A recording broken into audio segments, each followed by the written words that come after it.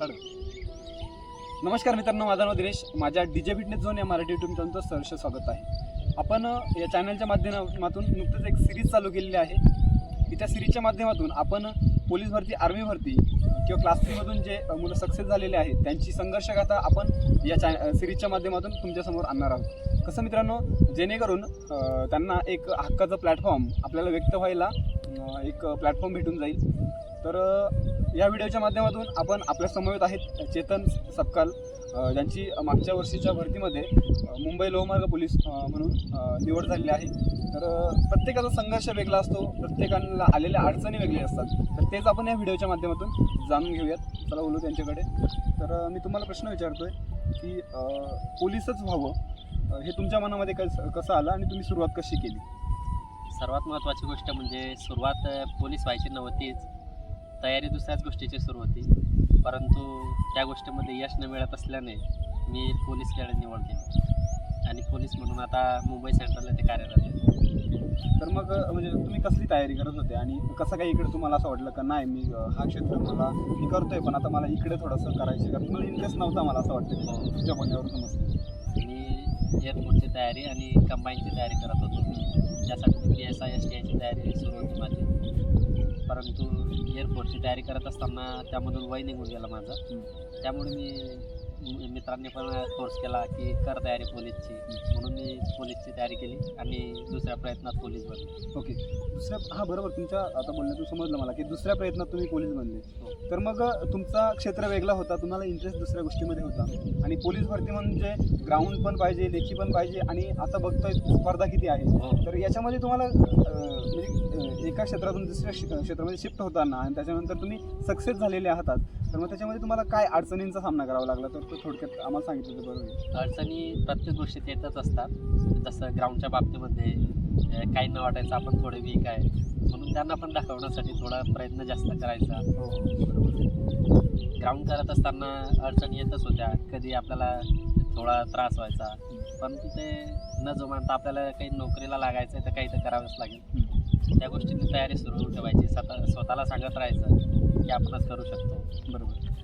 आणि हीच सुरुवात होती आणि तयारी एकदम जोमाने सुरू केली. या कालावधीमध्ये तुम्हाला जसं आपण बघतोय, कारण पोलीस भरती म्हटलं म्हणजे तुम्हाला ग्राउंडची तयारी करायची, लेखीची तयारी करायची आणि तरी पण तयारी झाली तरी पण तुमचं 100% सिलेक्शन होईलच असं नाही आहे. कारण एका जागेसाठी जवळजवळ 100 गुणांचा 100 मुलांचा जो रेशिओ असतो, ही एवढी मोठी स्पर्धा आहे.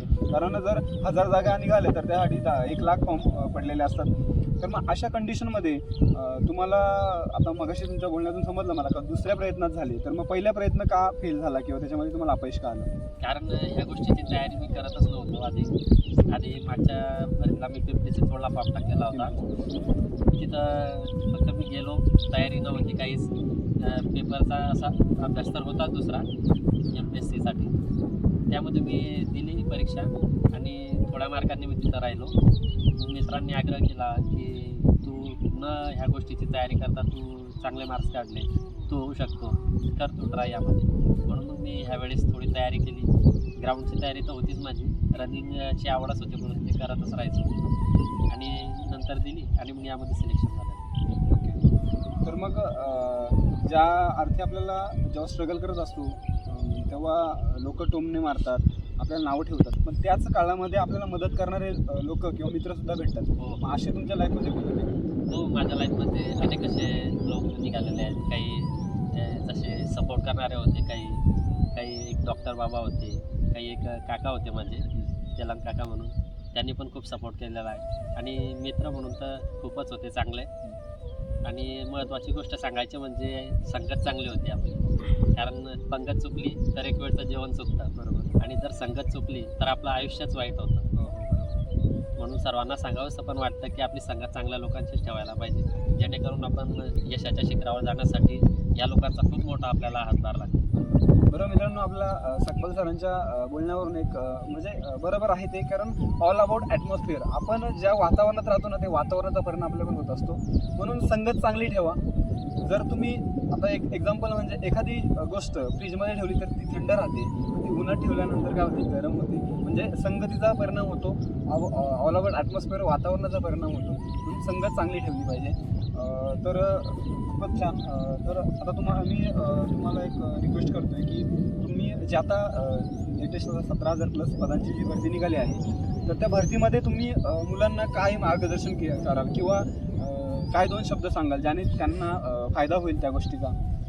सर्वात महत्त्वाची गोष्ट म्हणजे प्रयत्न सर्वच मुलं करतात, जागा खूप आहेत, या गोष्टीचा विचार न करता आपण प्रयत्न सुरूच ठेवायला पाहिजे. आणि प्रयत्न करत असताना हुशार खूप मुलं असतात, परंतु सिलेक्ट जेच मुलं होतात जे परफेक्ट प्रॅक्टिस करतात. आता खूप लोक म्हणतात practice makes a man perfect, पण तसं न करता perfect practice makes a man perfect या गोष्टीकडे सर्वांनी लक्ष द्यायला पाहिजे. कारण प्रयत्न सर्वच करतात, परंतु आपण अशी परफेक्ट प्रॅक्टिस करायची की जी जागा आहे ती आपलीच असायला पाहिजे. बरोबर आहे. तर तुमचं अगोदर तुम्ही कंबाईनची तयारी करत आहोत, ESO STI PSI, त्याच्यानंतर तुम्ही इकडे शिफ्ट झालात, कारण त्यासाठी खूप मोठा सिलेबस असतो, त्याला खूप मोठी जर्नी असते, स्पर्धा तर खूपच आहे, ती पोलीस भरती असू दे किंवा कंबाईन असू दे. तर मग तुम्ही इकडे शिफ्ट झालात आणि तुमचा मग दिवसाचा दिनक्रम कसा असायचा, शेड्यूल कसा असायचा? शेड्यूल म्हणजे सर्वात महत्त्वाची गोष्ट म्हणजे सकाळीच ग्राउंड वगैरे करायचं, त्यानंतर 9 ते 12 परत अभ्यास करायचा, व्याकरण वगैरे वाचायचं, तिथून जेवण वगैरे झाल्यानंतर परत संध्याकाळी ग्राउंड करायचं, थोडी झोप पण घ्यायची, असंच रेग्युलर दिनक्रम असायचा.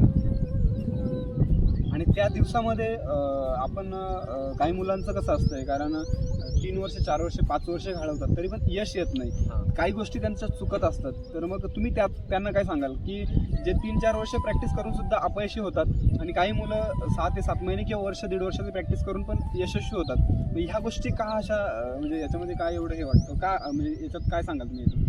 काही मुलं असे ज्या कोणाला विचारत नाही त्याच लोकांना असं जास्त वेळ लागतो.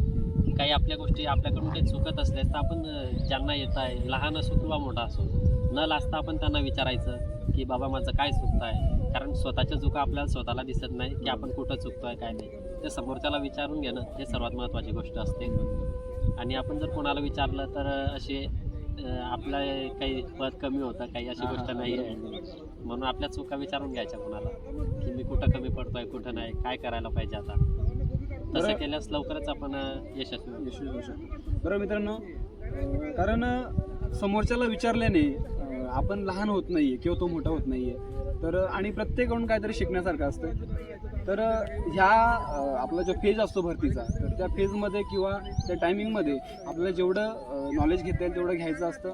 आणि प्रत्येक वेळी दुसऱ्याच्या अनुभवातून, प्रत्येक वेळी अनुभव घेऊन शिकावं असं काही नसतं, दुसऱ्याच्या अनुभवातून शिकता येतं. त्याने काय होतं मित्रांनो, जे तुम्ही 3-4 वर्षाचा जो स्ट्रगल करताय, जो प्रवास करताय, त्याच्यामध्ये तुम्हाला तोच कालावधी तुम्ही कमी करून 1 ते 1.5 वर्षामध्ये तुम्ही प्रॉपर नियोजन केलं तर सक्सेस होऊ शकता.